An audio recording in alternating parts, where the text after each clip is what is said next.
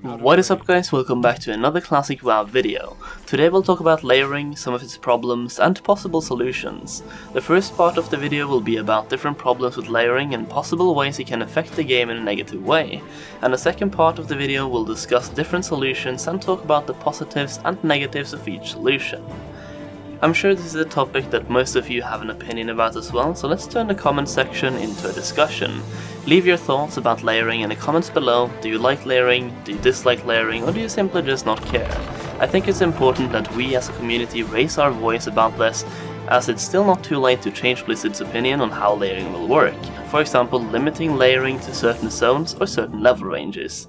Even if Blizzard keeps layering the way it is now, the community can still affect how long layering will be in Classic, if it's something the majority of the community wants to get rid of as fast as possible.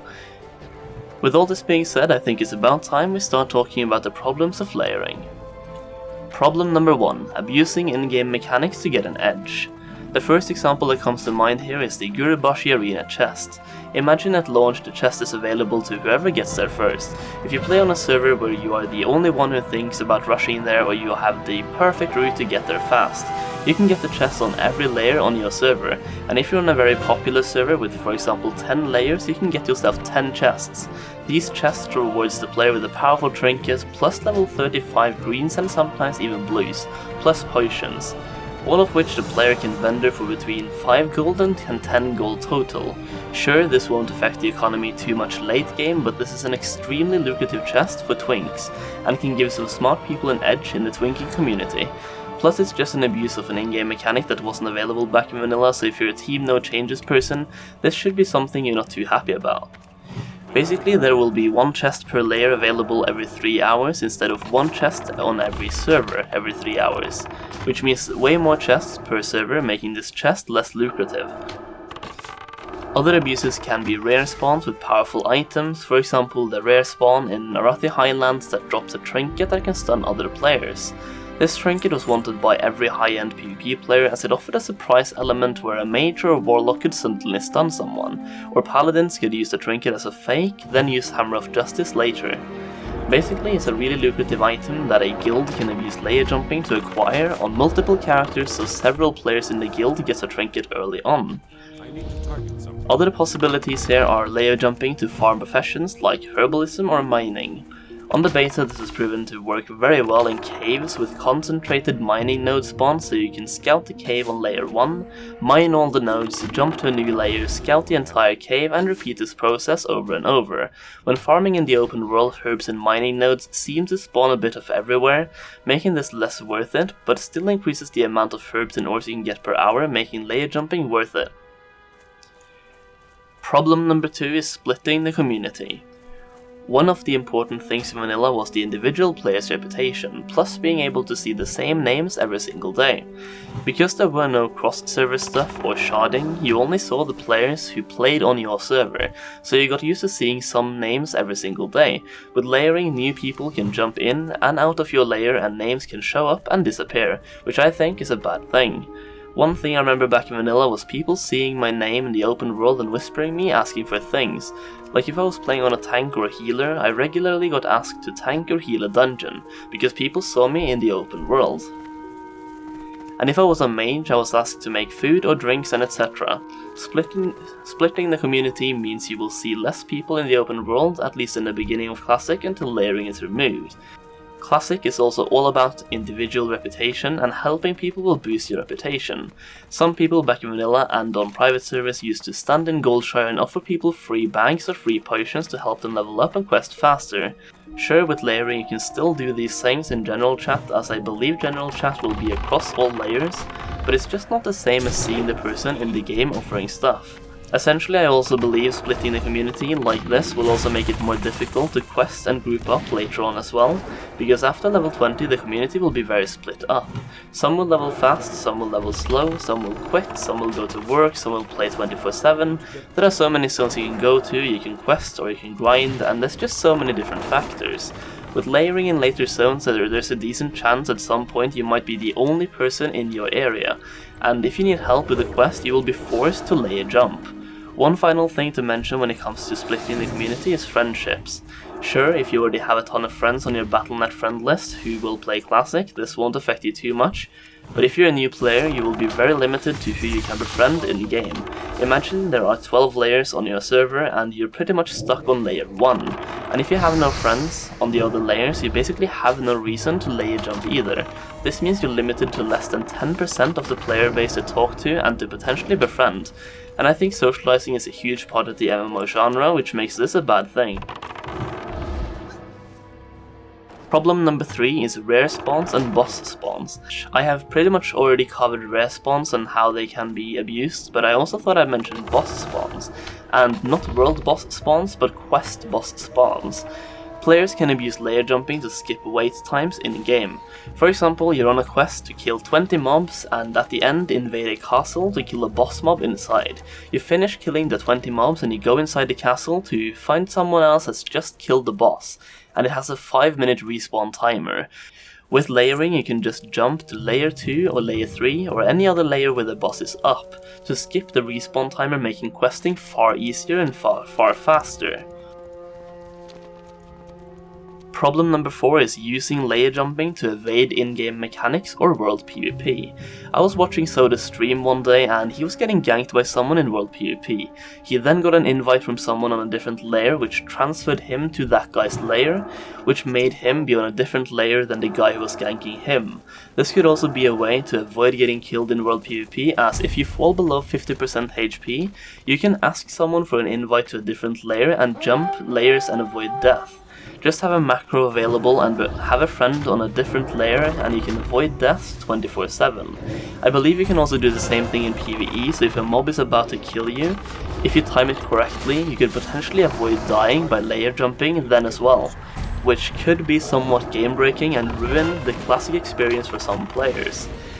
Of course, this is something that players have to go out of their way to use, and it really requires really good timing and potentially clever use of macros, but it's still a way players can abuse layer jumping to avoid in-game mechanics in ways they couldn't back in vanilla. I can also imagine some high-end raiders could use this to avoid world boss mechanics by layer jumping when a boss casts an AoE attack, then jumping back once the coast is clear. But since layering will be or should be removed before world bosses become available, this shouldn't be too much of a problem. Those are the problems I could think of at least. If you have any to add, make sure you let me know in the comments, but let's cover some solutions. Now, the best solution would probably be to just not have layering at all, but by now I think it's clear that Blizzard wants to have layering in the game because they're greedy and they don't believe in Classic. So let's cover some alternative solutions that could work. Solution number 1 is zone-specific layering. I believe the best solution would be to only have layering in the first 2 to 3 zones. So for example, for humans, layering would be on for Northshire, Elven Forest and Westfall. For orcs, layering would be on for Valley of Trials, Durotar and the Barrens. I could list all the races and zones, but I think you get my point. This would make it so players couldn't abuse layering when it really counts, and they can't use it to get too much of an edge on other players. And it also gives Blizzard the opportunity to cheap out by having layering on level 1 to 15 zones, and it will make it much easier on their servers. Sure, some people can still abuse layer jumping in those zones to level faster, obtain more chests, or to just farm professions at a higher rate, but that won't really affect anyone since level 1 to 15 goes somewhat fast anyway, and most materials in those zones aren't worth too much. One negative thing about this is that once you're past these zones and you go back, they will still be layered. For example, once you hit level 60, Elven Forest and Durotar will still be layered for you, which I think is not good for the community. Solution number 2 is level-specific layering. Imagine everyone was layered until they hit level 20. Once they hit level 20, they would be transferred to the main layer. I think this would work to an extent, but someone could still find a way to surpass enemies and get into higher level zones and get free chests or professional materials to get an edge on other players. It could be a good solution, but not as good as zone-specific layering, but it also means that once you're level 20, no zones would be layered, and it offers up a less divided community and more grouping and open world options. Solution number 3 is time-specific layering. This is pretty much what we have now, but they haven't said exactly how long layering will be in the game. All we know is that it will be gone by phase 2, but we also don't know when phase 2 will come. So basically layering could be in the game for a month or a year, who knows. I think layering should be in the game for a maximum of 2 weeks, because by that point most of the players will be spread throughout Azeroth, being in many different zones, and the people who get bored easily will already be playing Classic on a way more casual basis, while the hardcore players will already be level 60. Like level specific layering, I like this solution because once layering is gone, it's gone forever, and you won't have certain zones being layered after that point. Solution number 4, which is a bit of a different one, is a cooldown on layer jumping. This solution is probably the one I like the least, but it is an option. Basically, if you have a cooldown on layer jumping, you will prevent the mass jumping to abuse mechanics that you can abuse by spam jumping. This would solve layer jumping for rare spawns and chest spawns, but not really profession spawns like herbalism and mining. Because you could just mine or herb until the cooldown finishes, then layer jump again for fresh nodes to gather until the cooldown is reset, and then repeat that process. However, having this cooldown also means you're limited when it comes to playing with friends, but this all depends on how long the cooldown is. For example, a 12 or a 24-hour cooldown would be too long in my opinion, because if you and your friends are on different layers, and one of you have a 12 or 24-hour cooldown on layer jumping, you can't play together until that cooldown is reset, and a 10-minute cooldown would be too little because of rare and chest spawns then being able to be abused. A 1 or 2 hour cooldown could be perfect, as that would severely limit chest farming and rare farming through layer jumping, while still not being game breaking when it comes to limitations of grouping with friends. I think for me the perfect solution would be a mix of 2 of them. I like the idea of zone-specific layering, but I also dislike the idea of going back to layered zones later. So for me, the perfect solution would be to have the first 3 zones layered, so for example Northshire, Elwyn Forest and Westfall would all be layered, plus once you hit level 20, you would be transported to the main layer, and those 3 zones which was previously layered would no longer be layered either. They could increase the level cap of layering to level 30 so the level doesn't interfere with the zones, since I believe you can quest in Westfall to after level 20. Basically, I just like the idea of having as little layering as possible and not having it at all once we hit a certain level. This could be a bit difficult for Blizzard to actually implement, and I'm not even sure if it's a good solution, but I believe it is. Make sure you let me know what you think would be a good solution as well. So there it is, my thoughts about layering, its problems, and some possible solutions. And I think I made it somewhat clear in this video that I do not like layering, and I think it has a lot of problems, and it can be abused in ways that can really harm the game.